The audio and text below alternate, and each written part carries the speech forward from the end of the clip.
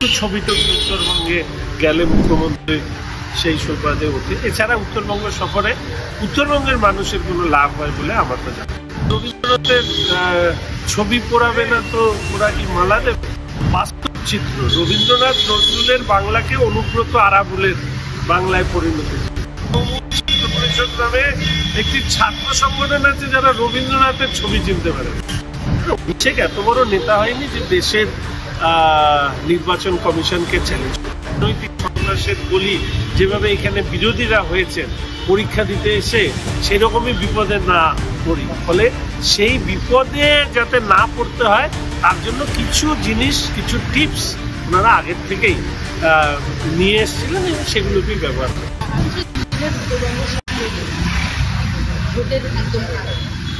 হাওয়াই মিঠাই আছে। উত্তরবঙ্গের মুখ্যমন্ত্রী সফর অনেকটা হাওয়াই মিঠাই, সাইজে বড় কিন্তু পেটের এক অংশ যায়, দেখতেও সুন্দর। ওখানে উনি যাবেন, উনি বড় বড় ভাষণ দেবেন, উন্নয়নের কথা বলবেন, সাংবাদিকরা বড় বড় করে লিখবেন, দেখাবেন। তারপরে উনি ওখান থেকে যখন ফিরে আসবেন তখন ওই ভাষণ উনি ওই মালদা বেরোনোর সময় গঙ্গায় তাকে বিসর্জন দিয়ে আসে। ফলে উত্তরবঙ্গের কোনো কিছু পাল্টায় না, কিছু ছবি টবি উত্তরবঙ্গে গেলে মুখ্যমন্ত্রী সেই সুবাদে ওঠে। এছাড়া উত্তরবঙ্গ সফরে উত্তরবঙ্গের মানুষের কোনো লাভ হয় বলে আমার তো জানা। শ্রমিক, আপনাদের শ্রমিকবাবু যদি সাংসদ রাজ্য সভাপতি, তিনি আজকে ছাত্র পরিষদের একটি ভিডিও পোস্ট করেছেন, সেখানে দেখা যাচ্ছে কবিগুরু রবীন্দ্রনাথের ছবি ছাত্র পরিষদের একজন নেতা তিনি পুড়িয়ে দিচ্ছেন, যদিও তাকে বহিষ্কার করা হয়েছে। লোক দেখানো, বহিষ্কার, গ্রেপ্তার, এটাই তো বাস্তব চিত্র। রবীন্দ্রনাথ নজরুলের বাংলাকে অনুব্রত আরাবুলের বাংলায় পরিণত করেছে। তো রবীন্দ্রনাথের ছবি পোড়াবে না তো ওরা কি মালা দেবে? ওরা রাজনীতি বলতে বোঝে হচ্ছে পয়সা তোলা, আর পয়সা তুলতে গিয়ে ওরা সবাইকে ব্যবহার করে। ব্যবহার করতে গিয়ে রবীন্দ্রনাথকেও পর্যন্ত চিনতে পারে।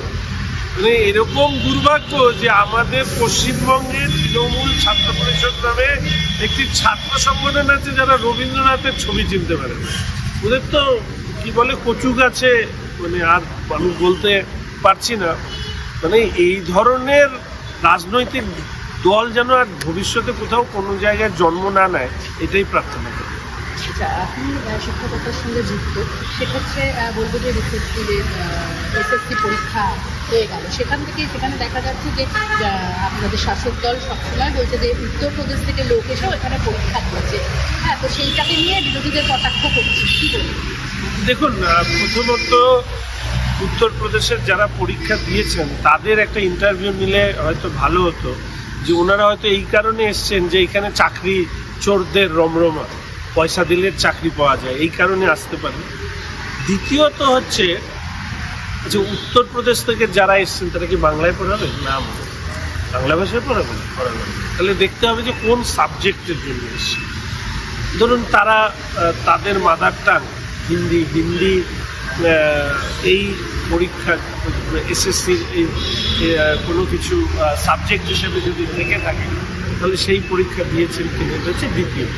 তৃতীয়ত হচ্ছে আমি ব্যক্তিগতভাবে জানি যারা সত্যিকারের পড়াশুনো করে পরীক্ষা দেয়, অনেকে আছে পড়াশুনো না করেও অনেকে পরীক্ষা হলে চলে যায়, কিন্তু যারা পরীক্ষা চাকরি করতে চায় তারা ভারতবর্ষের যে কোনো প্রান্তেই তারা চাকরি পরীক্ষা দেন, এটাই স্বাভাবিক। বাদবাকি কতজন কি দিয়েছে, কেন দিয়েছে, কোন সাবজেক্টে দিয়েছে, এগুলো যেরকম একটা তথ্য আনা দরকার। আবার ওই প্রথম কথাটা আরেকবার বলি, এখানে পয়সা দিলে চাকরি পাওয়া যায় শুনে হয়তো অনেকে এসছে যে হচ্ছে দিদির উপরেই ভরসা, তাই জন্য এখানে পরীক্ষা দিতে দিদির উপরে ভরসা। কিন্তু দিদির দল উত্তরপ্রদেশে গিয়ে ভোটে মানে ওই 0%-এরও নিচে ভোট পেয়েছে। ভরসা যদি দিদির উপরে থাকতো তাহলে দিদির দলের এইরকম দৈন্যদশা উত্তরপ্রদেশে হয়েছে। যারা এসছেন ওরা এটুকু বুঝে এসছেন পশ্চিমবঙ্গে তৃণমূল নামক একটা গুন্ডা বাহিনী আছে। এখানে যদি বলি তাহলে আমাদের যেভাবে ভারতীয় জনতা পার্টির কার্যকর্তাদেরকে যেভাবে খুন করা হয়েছে, রাজনৈতিক সন্ত্রাসের বলি যেভাবে এখানে বিরোধীরা হয়েছেন পরীক্ষা দিতে এসে, সেরকমই বিপদে না পড়ি। ফলে সেই বিপদে যাতে না পড়তে হয় তার জন্য কিছু জিনিস, কিছু টিপস ওনারা আগের থেকেই নিয়ে এসেছিলেন এবং সেগুলোকেই ব্যবহার করছেন। আরও একটা প্রশ্ন, যেটা হচ্ছে আপনি যেহেতু আবারও বলছি শিক্ষকতার সঙ্গে যুক্ত, যেহেতু এই যে এবছর থেকে প্রথম উচ্চ মাধ্যমিকের সেমেস্টার পদ্ধতি চালু হলো, এটা নিয়ে কি বলবেন? মানে আপনি যেহেতু যুক্ত, কতটা মানে ছাত্রছাত্রীদের সুবিধে হবে বা অসুবিধে হবে, আপনার কি মনে হয়? সেমিস্টার একটা প্রুভেন এক্সাম প্রসিডিউর, ফলে এতে ছাত্রছাত্রীদের সুবিধে হবে বলে আমি ব্যক্তিগতভাবে মনে করি। সারা বছর পড়াশোনার মধ্যে থাকতে হয়, এটা খুব ইম্পর্টেন্ট। সেমিস্টার সিস্টেমে যেহেতু পরীক্ষাটা বারবার দিতে হচ্ছে, ফলে তার জন্য ছাত্রছাত্রীদের প্রস্তুতিটা নিতে হবে। অনেকে আমাদের সময় আমরা হয়তো একেবারে বার্ষিক পরীক্ষার সময় পড়াশুনো করতাম, সারা বছর হয়তো ফাঁকি দিতাম, সেই সুযোগটা সেমিস্টার পদ্ধতিতে থাকে। আর হচ্ছে লাস্ট প্রশ্ন হচ্ছে, সেটা হচ্ছে এসআইআর নিয়ে কি বলবেন? শাসক দল থেকে সব বারবার করে বলা হচ্ছে যে এসআইআর করা যাবে না, অভিষেক বন্দ্যোপাধ্যায় থেকে আরম্ভ করে সবাই বলছেন যে এসআইআর করলে এখানে ভোটই হবে। এত ক্ষমতা অভিষেক বাবু নেই বা অভিষেকের দলের। এসআইআর হবে, সারা দেশেই হবে, বিহারেও হয়েছে, পশ্চিমবঙ্গেও হবে। এসআইআর একটা স্বাভাবিক প্রক্রিয়া, সেই প্রক্রিয়ায় ভোটার লিস্টের ইন্টেন্সিভ রিভিশন, এতে মৃত ব্যক্তি যারা, শিফটেড যারা অন্য জায়গায় চলে গেছেন, যদি কেউ এরকম মানুষ থাকেন যারা ডকুমেন্টেশন জাল করেছেন, দেশের নাগরিক সুবিধা নেওয়ার জন্য ভোটার লিস্টে নাম তুলেছেন, তাদের নাম বাদ দেওয়া।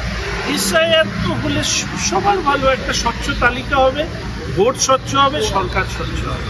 এসআইআর যারা বিরোধিতা করছেন তারা জানেন যে এই ভোটার লিস্টের তালিকায় এমন কোনো ধরনের বিচ্যুতি, সে ডেড ভোটারদেরকে ভোট দেওয়ানো হোক, ডুপ্লিকেট ভোটার, ফেক ভোটার, যারা এদের জয়ের রাস্তাকে মসৃণ করেছে তাদের নাম বাদ যাবে, ফলে তারা বিরোধিতা করছে।